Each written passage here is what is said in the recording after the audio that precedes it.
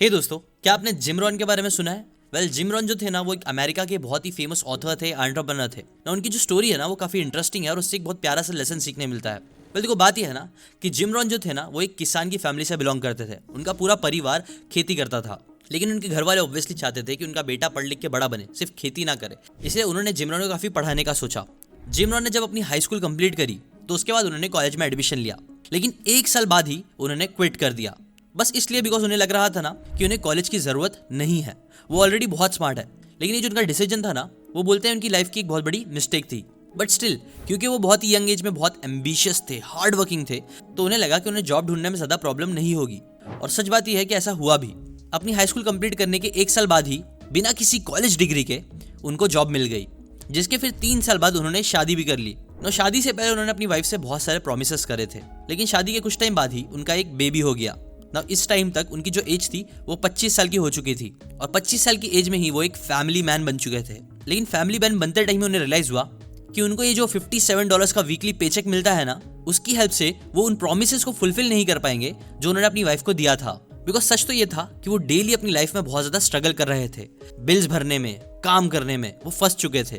वो अपनी एज से काफी यंग थे, बट स्टिल वो अपने आप को लाइफ में काफी पीछे फील कर रहे थे। उनमें एनर्जी थी, सक्सेसफुल बनने के लिए जो भी चीज चाहिए, मेहनत करना, हर एक चीज करने के लिए वो तैयार थे। ये प्रॉब्लम नहीं थी, बट उन्हें ये भी पता था कि सिर्फ हार्डवर्क से बात बनने वाली नहीं है। वो हर दिन इस बारे में सोचने लग गए कि कैसे वो अपनी लाइफ के डायरेक्शन को चेंज कर सकते हैं।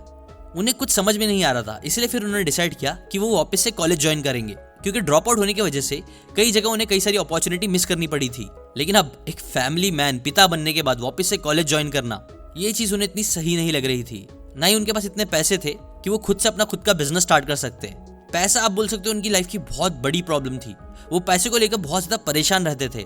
फॉर एग्जाम्पल, एक बार क्या हुआ था कि उनका ना एक $10 खो गया ना। जैसे ही उनका ये $10 खो गया ना, वो इतना फिक्र में पड़ गए, इतना सोच में पड़ गए कि वो परेशानी के मारे बीमार पड़ गए। उनके फ्रेंड्स और उनके फैमिली ने उन्हें काफी सपोर्ट करा और बोला कि यार $10 कोई इतनी बड़ी बात नहीं होती है, तुम क्यों इसके बारे में इतना सोच रहे हो। बट स्टिल उनका एटीट्यूड ऐसा था कि यार मुझे वो आदमी होना चाहिए था जिसे $10 मिलने चाहिए थे, ना कि ऐसा इंसान जिसका $10 खो जाए। ऐसी कई टाइप की बुरी चीजें उनकी लाइफ में हो रही थी, जिसकी वजह से उनको लग रहा था कि वो कुछ नहीं कर पाएंगे। उन्हें अपनी लाइफ में बड़ा तो बहुत बनना था, लेकिन उन्हें समझ नहीं आ रहा था कि मैं एग्जैक्टली करूँ क्या, कौन से डायरेक्शन में आगे बढ़ूं। आई एम श्योर आपने भी कभी ना कभी ऐसा लाइफ में फील करा होगा, जहां आपको समझ में नहीं आ रहा होगा कि आपको करना क्या चाहिए जिंदगी में। ऐसी कुछ तो हो रहा था।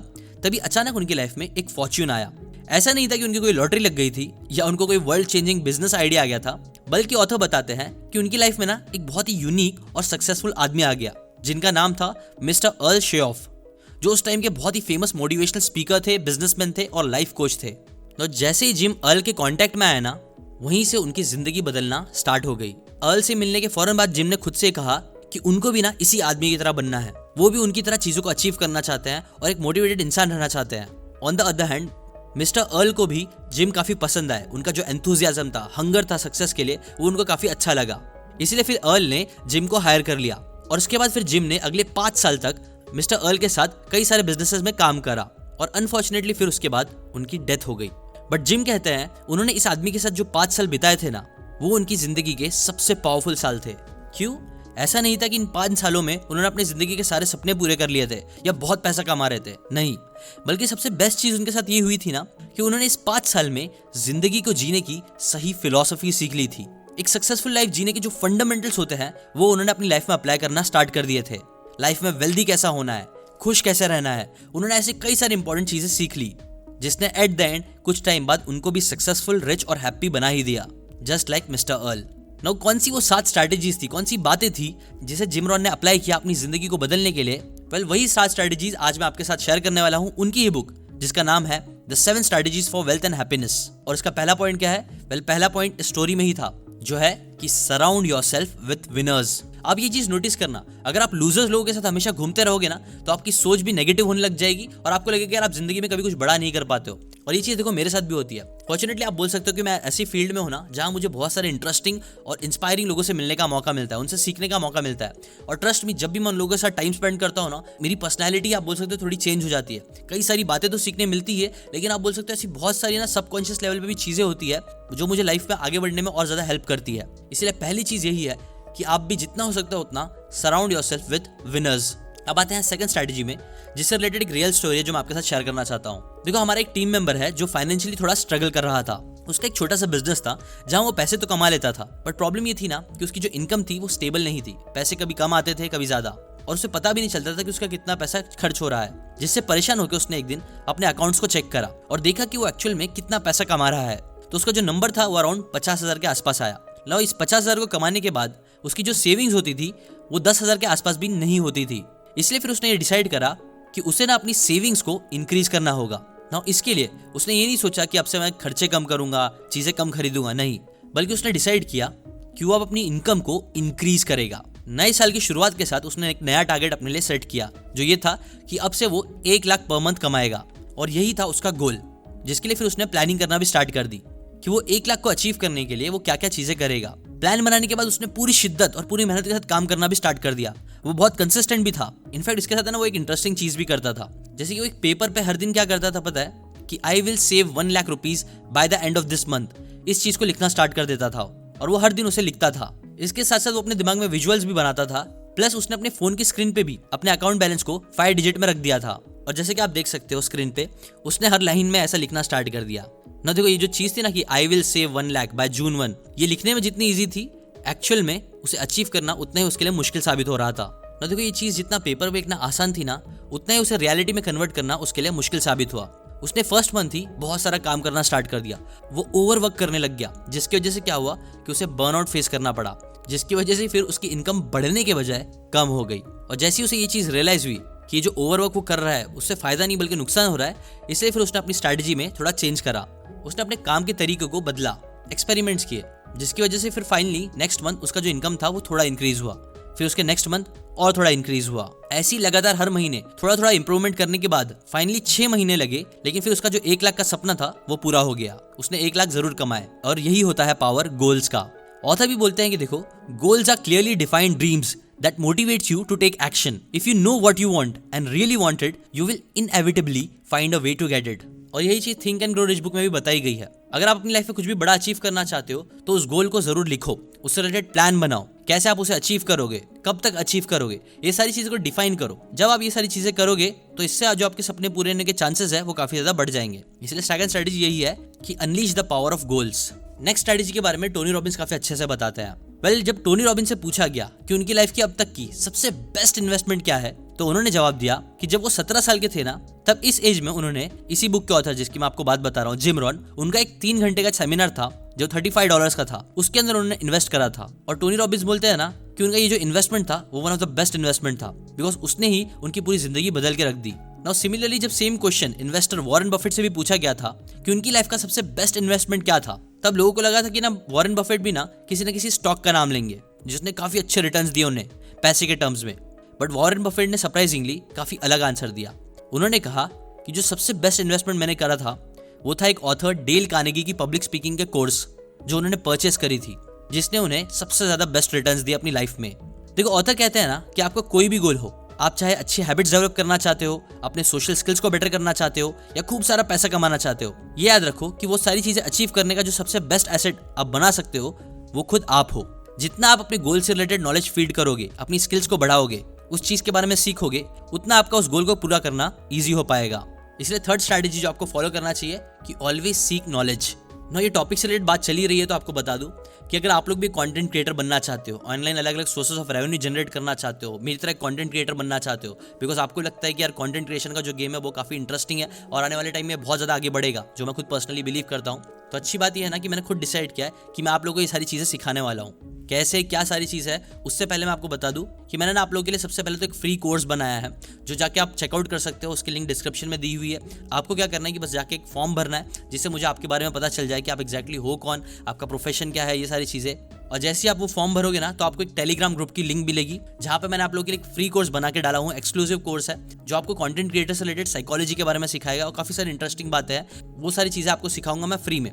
उसके बाद भी और भी बहुत सारे मेरे बड़े बड़े प्लान्स हैं, जिसके लॉन्ग टर्म विजन में अगर मैं बताऊँ तो आगे आने वाले टाइम में ना उनमें से ही कुछ लोगों के साथ मैं लॉन्ग टर्म खुद भी साथ में भी हम मिलकर काम कर सकते हैं, बहुत कुछ हो सकता है।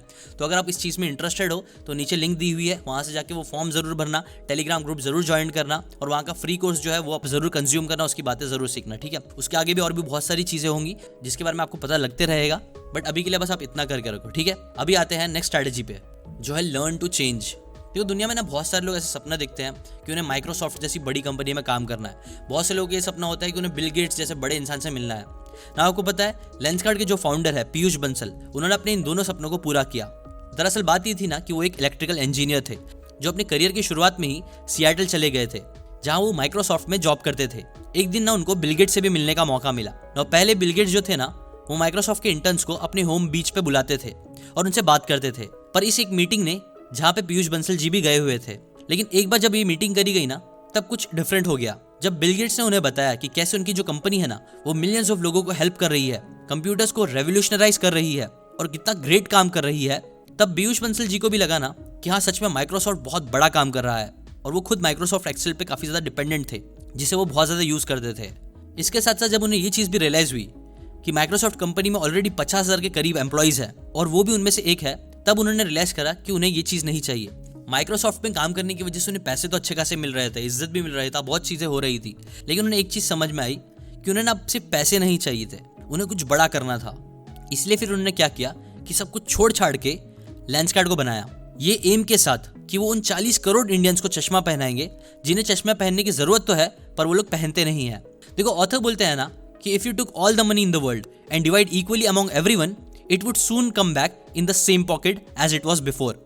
कहीं ना कहीं इसका मतलब यही है ना कि जो पैसे ना उन लोगों के पास ही जाते हैं जो सच में पैसे कमाने के गेम को समझते हैं। और इस ये मनी गेम है, इसके अंदर सबसे बड़ा लेसन यही है कि आपको ना मनी ड्रिवन नहीं होना चाहिए बल्कि आपको वैल्यू ड्रिवन होना चाहिए। ज्यादातर लोग हमेशा मनी पे फोकस करते हैं। पीयूष बंसल जी भी पहले मनी पे फोकस कर रहे थे, इसलिए वो माइक्रोसॉफ्ट में जॉब कर रहे थे। लेकिन जब उन्हें समझ में आया कि कैसे माइक्रोसॉफ्ट दुनिया बदल रहा है, लोगों की लाइफ को रेवोल्यूशनराइज कर रहा है, तब उन्हें वैल्यू के बारे में समझा और फिर वो वैल्यू ड्रिवन हुए। और इस चीज को समझने के बाद ही उन्होंने अपनी पूरी जिंदगी को बदल दिया। सिर्फ पैसे कमाने के एम को छोड़ के उन्होंने वैल्यू देने के बारे में सोचा। और यही रीजन है कि आज उनकी जो लेंसकार्ट है वो इंडिया की one of the biggest companies में से एक है और वो खुद शार्क टैंक में आके एक जज बन चुके हैं, जो कि बड़ी बात है काफी। नेक्स्ट स्ट्रैटेजी आती है learning the art of living well. देखो ऑथर बोलते हैं ना कि अगर आपको एक सक्सेसफुल और हैप्पी लाइफ जीना है लॉन्ग टर्म में, तो उसके लिए बस आपको 2 इंपॉर्टेंट चीजों पर फोकस करना है, ईमानदारी से काम करना है। कौन से वो एरियाज जिसके अंदर आप चीटिंग नहीं कर सकते हो, शॉर्टकट नहीं ढूंढ सकते हो? पहला एरिया है जिसे आप नेक्स्ट स्ट्रैटेजी भी बोल सकते हो, जो है कंसिस्टेंसी। देखो आर्नल्ड श्वार्ज़नेगर अगर बॉडी बिल्डिंग के बारे में सारी नॉलेज ले लेते, बहुत कुछ सीख लेते, लेकिन हफ्ते में सिर्फ 2 दिन जिम जाते, तो क्या आपको लगता है कि वो all time best body builder बन पाते? सिमिलरली केसी नेस्टैड अगर रेगुलरली हर दिन एक वीडियो अपलोड नहीं करते, तो क्या आज वो इतने सक्सेसफुल व्लॉगर बन पाते? ऑब्वियसली नहीं। इनफैक्ट अगर आप ऑथर से पूछो कि यार सक्सेस का कोई एक सीक्रेट बताओ जो सभी हाईली सक्सेसफुल लोगों में कॉमन होता है, तो वो क्या होगा? तो ऑथर बोलते हैं उसका आंसर यही है, वो है कंसिस्टेंसी। कंसिस्टेंसी ही सक्सेस का मेन इंग्रेडिएंट है।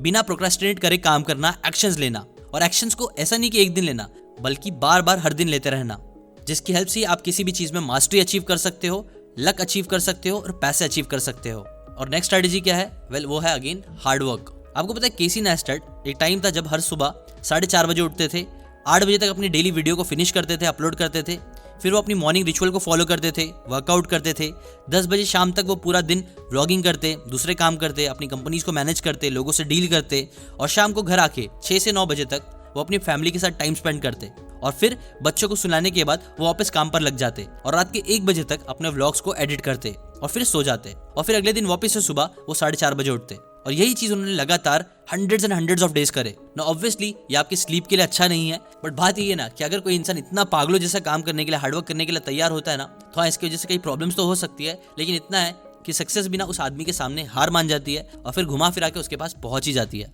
इसलिए इस इंपॉर्टेंट लेसन को भी जरूर याद रखो। नेक्स्ट लास्ट लेसन मैं चाहता हूं कि आप कमेंट करके जरूर बताना कि आपके हिसाब से वो कौन सी स्ट्रैटेजी है जो एक वेल्दी और हैप्पी लाइफ जीने के लिए बहुत जरूरी है। और अगर आप ऐसी बुक्स की अमेजिंग बातें फ्री में सीखते रहना चाहते हो तो चैनल को सब्सक्राइब करके बेल आइकन जरूर दबाना। मैं आपके लिए ऐसी बुक्स की बातें हर संडे तो एटलीस्ट लेके आता रहूंगा। और अगर आप कंटेंट क्रिएटर बनने में इंटरेस्टेड हो, मेरे से पर्सनली चीजें सीखना चाहते हो, तो आप वो फॉर्म भर के जरूर टेलीग्राम के ग्रुप को जरूर ज्वाइन करना। वहां पे मैं आपको बताऊंगा आगे सारी चीजें कैसी होगी। उस टेलीग्राम पे आपको फ्री कोर्स भी मिलेगा जो अगेन आपको जरूर देखना है, प्लस आगे भी बहुत सारी चीजें आपको एक्सक्लूसिवली उस ग्रुप में मिलती रहेगी, तो उसे भी जरूर चेकआउट करना, लिंक डिस्क्रिप्शन में है। अभी के लिए बस इतना ही। लाइक करें अगर आपको ये बातें काम की लगी हो, शेयर कर देना इस वीडियो को उन सभी लोगों के साथ जो लोग सक्सेसफुल बनना चाहते हैं, खुश रहना चाहते हैं। फॉर नाउ बस इतना ही। Thanks for watching.